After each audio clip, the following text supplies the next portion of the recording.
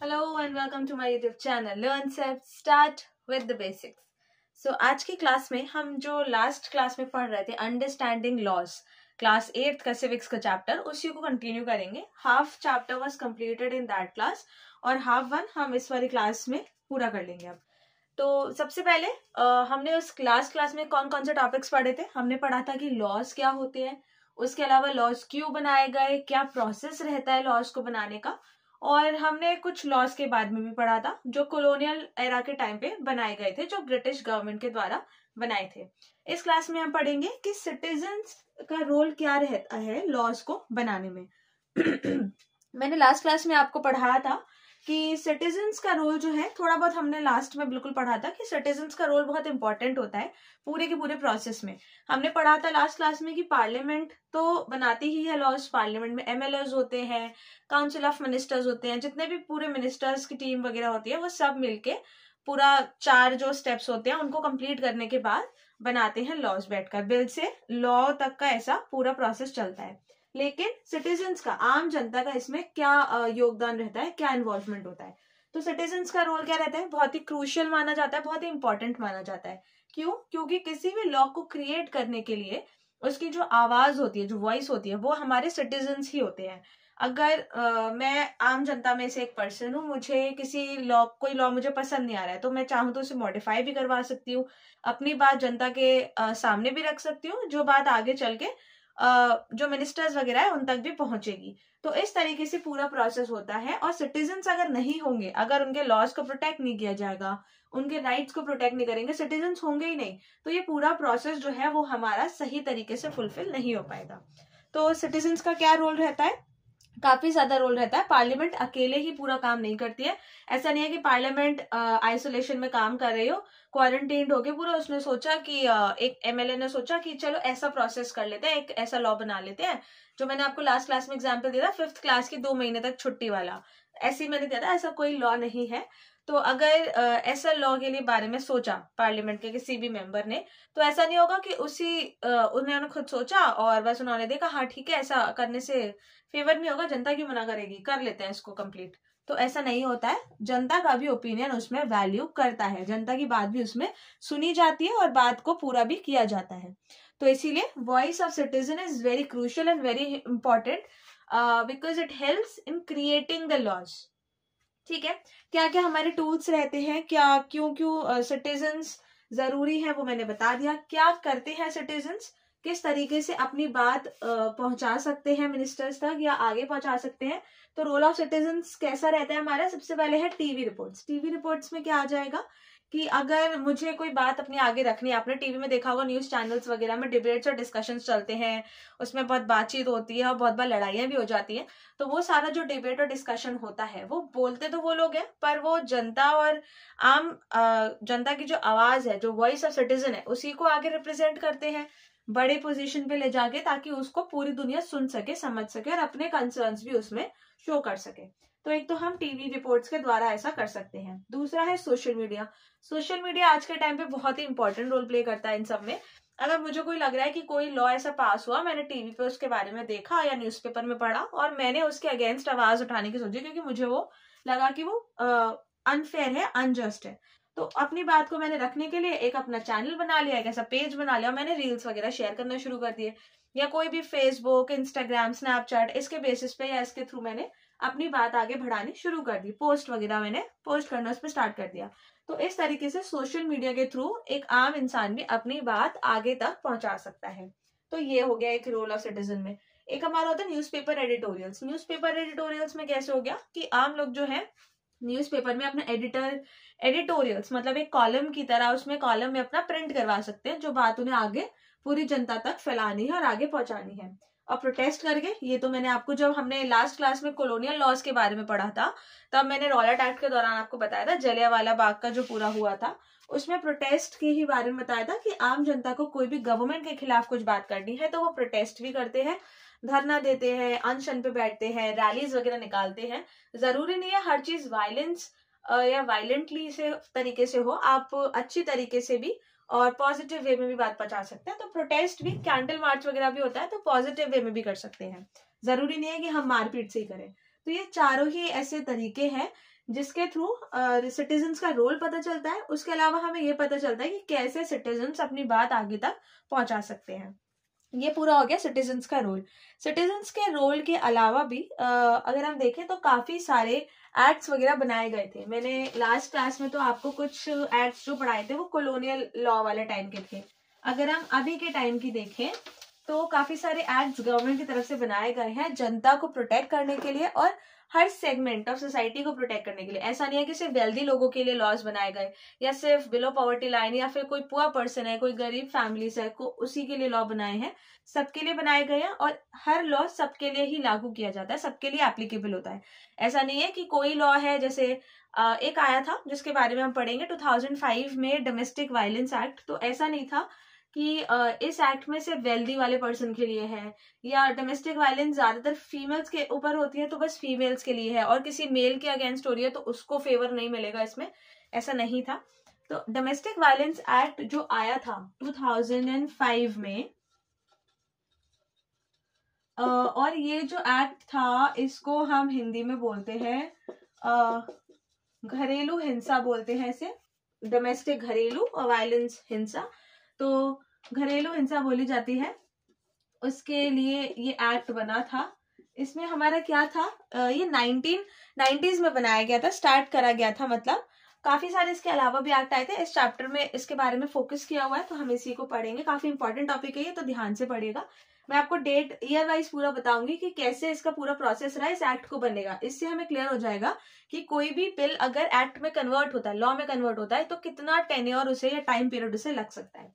तो इसके बारे में सबसे पहले 1990s में बात शुरू हुई थी। 1990s का मतलब हो गया काफी पहले हुआ था हमारा। 1990s में सबसे पहले इसकी बात शुरू हुई थी कि बहुत सारे घरेलू हिंसा की चीजें देखी गई थी। मतलब डोमेस्टिक वायलेंस बहुत इंक्रीज हो रहा था। वुमेन को गार्ड करने के लिए, सेव करने के लिए आवाज उठाना शुरू कर दिया था। ऐसा नहीं है कि अगर हमने मान लिया कि 1000 फीमेल्स हैं किसी एरिया में तो 1000 अगर उनमें से 100 पे डोमेस्टिक वायलेंस हो रहा है तो 100 रिपोर्ट कर देंगे। 2-3 लोगों की ही रिपोर्ट आती थी क्योंकि इतना ज्यादा ओपन माइंडेड नहीं थे लोग, इतना थॉट प्रोसेस नहीं था उनका कि वो आगे जाके अपने बारे में या अपनी फैमिली के बारे में बात बता पाए, क्लियरली बता पाए। तो 1990s में बात शुरू हुई थी। तब से कुछ लोगों ने आवाज उठानी शुरू करी फिजिकल अब्यूज के अगेंस्ट। बेसिकली डोमेस्टिक वायलेंस में फिजिकल अब्यूज पे ही फोकस किया जाता था। इसके अलावा फिर क्योंकि धीरे धीरे करके इसके रिपोर्ट्स इतने ज्यादा इंक्रीज हो रहे थे कि 1999 में कुछ लॉयर्स ने मिलकर क्या करा, कुछ लॉयर्स ने मिलकर एक ऐसा पिटीशन की तरह पूरा बनाया, फाइल करा, एक बिल ड्राफ्ट करा। जो हमने लास्ट क्लास में पढ़ा था, आइडेंटिफाइंग इश्यूज के बाद हमारा होता है ड्राफ्टिंग वाली चीज। तो उन्होंने एक बिल ड्राफ्ट करा जिसमें पूरा उन्होंने मेंशन करा कि कितने डोमेस्टिक वायलेंस केसेस उनपे आते हैं, क्योंकि लॉयर्स ने करा था, उनको पता था कि रियल लाइफ में कितनी प्रॉब्लम्स फेस करनी पड़ रही है वुमेन को। तो उन्होंने पूरा बनाया, बिल ड्राफ्ट करा, उसमें सारा मेंशन करा कि कितनी चीजों की जरूरत है, क्या क्या होने चाहिए, क्या मॉडिफिकेशंस, कैसा एक्ट बनना चाहिए, पूरा उन्होंने ड्राफ्टिंग में करा। तो ड्राफ्ट होने के बाद फाइनली इसको 2002 में इस वाले बिल को, यहाँ पे तो हुआ कि वॉइस रेस करी गई, उसके बाद यहाँ पे ड्राफ्टिंग हुई जो कि लॉयर्स के द्वारा करी गई। फिर 2002 में इसे पार्लियामेंट में फाइनली क्या कर दिया गया, पार्लियामेंट में इसे इंट्रोड्यूस करा गया।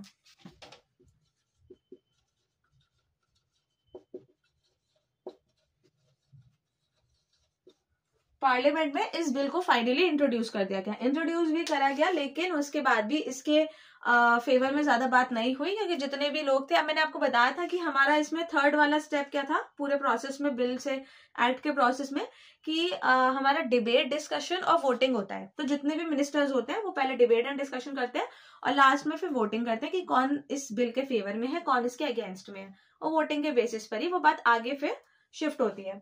तो यहाँ पे जब बिल इंट्रोड्यूस करा गया तो काफी सारे लोगों ने इसको क्रिटिसाइज करा, ज्यादा लोग इसके फेवर में नहीं थे, इस वजह से इस बिल को यहीं पर ड्रॉप कर दिया गया। इसको कोई भी, ऐसा हम कह सकते हैं, फोकस नहीं मिला, ये यहीं पे बात खत्म हो गई। फिर बाद में फाइनली 2005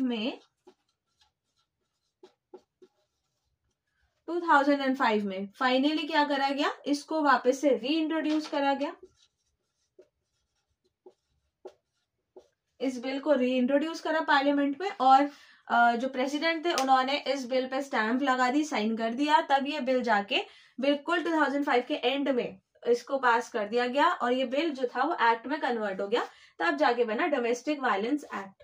तो आप देखिए 90 से लेकर 2005 कितने सारे ईयर्स हो गए एक नॉर्मल सी बात को। ये मतलब आप अगर डोमेस्टिक वायलेंस एक्ट के बारे में पढ़ रहे हैं तो हमें पता चल रहा है कि हाँ ये बिल तो बिल्कुल करेक्ट है, इसको तो बहुत पहले से बन जाना चाहिए था, 2005 कैसे 1990 में ही क्लियर हो जाना चाहिए था कि ऐसा एक्ट या लॉ हमारे पास होना ही चाहिए सेफ गार्ड करने के लिए वुमेन को, वुमेन सेफ्टी के लिए। इवन अब तो मेन की सेफ्टी भी बहुत इंपॉर्टेंट है, उनके लिए भी ये अप्लाई किया जाना चाहिए। तब के टाइम पे नहीं था, पर अब के टाइम पे दोनों के लिए ही काफी एप्लीकेबल है, यूजफुल है। तो 1990 में जाना चाहिए था, लेकिन क्योंकि सबको एक जैसे थॉट नहीं होता है सबके, तो इस चीज में इतना वक्त लगा, इतना टाइम लगा कि 2005 में जाके फाइनली इस एक्ट को एक स्टैंप लगा और इसे पास कर दिया गया। तो इस तरीके से पूरा प्रोसेस किया जाता है।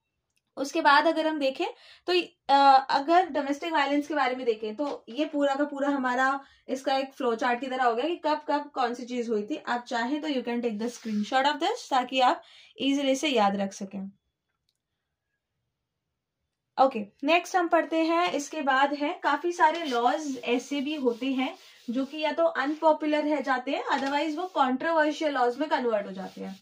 दोनों ही बातों में थोड़ा सा डिफरेंस है, बस आपको बताती हूँ मैं। जैसे अगर हम ये डोमेस्टिक वायलेंस वाले की ही बात करें तो अगर किसी फीमेल के ऊपर डोमेस्टिक वायलेंस हो रहा है, उसने सच में हो रहा है, मतलब उसने फाइल करा केस, तो ओके है बात, क्योंकि उसके पास एक्चुअल में ये चीज हो रही है। लेकिन कुछ होते हैं कि जिन्होंने ये चीज मतलब जान के फाइल कर दी, क्योंकि उसे अपने हस्बैंड से कोई इशू है, अपने इन लॉज से कोई इशू है, उसने जान के फाइल कर दी। मतलब कोई भी उसमें रियलिटी नहीं थी, उसने फेक FIR वगैरह करवा दी किसी भी पर्सन ने। तो ये डोमेस्टिक वायलेंस एक्ट की वजह से, क्योंकि वो फीमेल्स को फेवर कर रहा है एक्ट, तो इसलिए किसी ने उसके हस्बैंड और उसकी फैमिली की बात पे ध्यान ही नहीं दिया। तो इस वजह से हम कह सकते हैं कि अनफेयर और अनजस्ट हो गया। एक्ट तो लीगल है लेकिन उसका मिसयूज किया गया। तो ऐसे ही बहुत सारे लॉज होते हैं जो अनपॉपुलर हो जाते हैं या फिर कॉन्ट्रोवर्शियल हो जाते हैं। तो कुछ लॉज जो कि अनपॉपुलर और कॉन्ट्रोवर्शियल हो गए। एक और का मैं एग्जाम्पल देती हूँ आपको, उससे आपको और ज्यादा क्लियर हो जाएगा कैसे होते हैं हमारे अनपॉपुलर और कॉन्ट्रोवर्शियल लॉज, जो कि हम मानते हैं कि वैसे तो हमारे लीगल हैं बट अनफेयर है या फिर अनजस्ट है। इसके अलावा हम क्या कह सकते हैं कि नॉट एक्सेप्टेबल,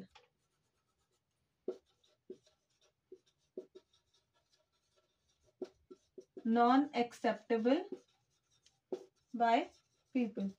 अब देखिए मैंने इसमें लिखा है नॉन एक्सेप्टेबल बाय पीपल, इसमें सोसाइटी नहीं लिखा, क्योंकि सारे लोग नहीं होंगे जो इसके अगेंस्ट में होंगे। कुछ लोग अगेंस्ट में है, कुछ फेवर में भी है। कोई आपने एक्ट बनाया, कुछ लोग तो बोल रहे हैं कि वो लीगल है पर अच्छा नहीं है, हमारे हित में नहीं है, हमारे फेवर में नहीं है, हमें इससे कोई फायदा नहीं हो रहा, नुकसान हो रहा है।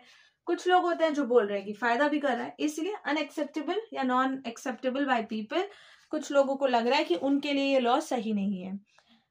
लीगल तो है ये क्योंकि गवर्नमेंट की तरफ से पास किया गया, बट अनफेयर या अनजस्ट है क्योंकि लोगों को ये एक्सेप्ट ही नहीं हुआ। उनको लगा कि उनके हित में बात नहीं जा रही है इस लॉ के द्वारा जो भी बनाई गई है।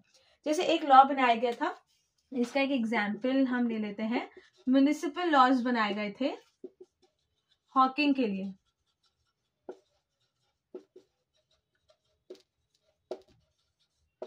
हॉकिंग क्या हो गया? हॉकर्स होते हैं जो हमारे ऐसे ठेल वगैरह चलाते हैं, या फिर पेडलर्स हो गए जो ठेल वगैरह चलाते हैं। हॉकर्स में आ जाते हैं जो रोड के फुटपाथ पे, स्ट्रीट्स वगैरह पे साइड में ऐसा कुछ ब्लैंकेट वगैरह या कुछ बिछा के ऐसे बैठ जाते हैं, मैट वगैरह, और अपना सामान वगैरह उस पर प्रोडक्ट्स वगैरह रखते हैं और बाद में उसे सेल करते हैं। बहुत एक्सपेंसिव नहीं होता, छोटा मोटा सामान होता है, जैसे मंडे मार्केट्स, ट्यूसडे मार्केट्स होती है, ऐसे उनमें वो लोग सामान सेल किया करते हैं, जो कि उनका लाइवलीहुड का एक ही जरिया होता है।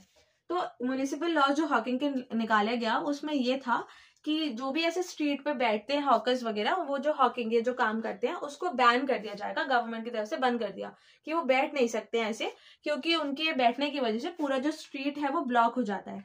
अब दोनों ही बातें हैं, अगर वो साइड में बैठे हैं तो मेरे अकॉर्डिंग तो इट्स नॉट अ प्रॉब्लम, क्योंकि पूरी रोड खाली, आप कहीं से भी जा सकते हैं, क्योंकि वो उनके लाइवलीहुड का जरिया होगा। वो काम नहीं करेंगे तो कैसे वो सर्वाइवल हो पाएगा, अपनी फैमिली को कैसे इंसान पाल पाएगा।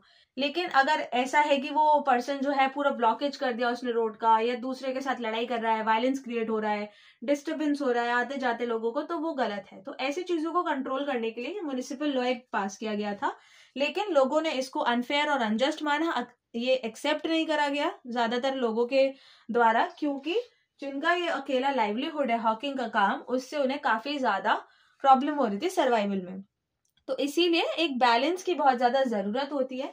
कोई भी लॉ जब गवर्नमेंट पास करती है, उन्हें पूरा आइडेंटिफाइंग इश्यूज, इसलिए फर्स्ट स्टेप होता है कि आप इशू देखो कि क्या आप उसे कर सकते हो, क्या क्या उसमें आप हर जॉनर के हर तरीके के लोगों को देखो कि किसी को प्रॉब्लम तो नहीं हो रही है। लेकिन कोई ना कोई सेगमेंट छूट जाता है, इस वजह से लॉज कॉन्ट्रोवर्शियल लॉज में कन्वर्ट हो जाते हैं। लीगल तो होते हैं बट अनफेयर हो जाते हैं ना चाहते हुए भी। अब गवर्नमेंट तो नहीं चाहेगी कि वो लॉ निकाल रही है किसी के लिए अनफेयर हो, बट अनचाहे भी कंट्रोवर्शियल लॉज में इसलिए वो क्रिएट हो जाते हैं कुछ लॉज।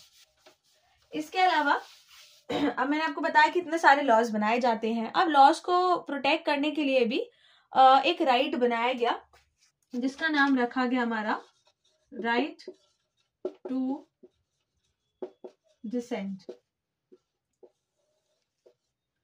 इसमें क्या था हमारा राइट टू डिसेंट में एक पर्सन की स्टोरी है इसमें, जिसके द्वारा आपको पूरी अच्छे से बात क्लियर हो जाएगी। इसमें ये था, इसका मतलब वैसे ये था कि आपके जो भी लॉज है, आपके जो भी लॉज बनाए गए हैं, सिटीजन्स के पास पूरा राइट है कि लॉ के अगेंस्ट वो वॉइस रेज कर सकते हैं।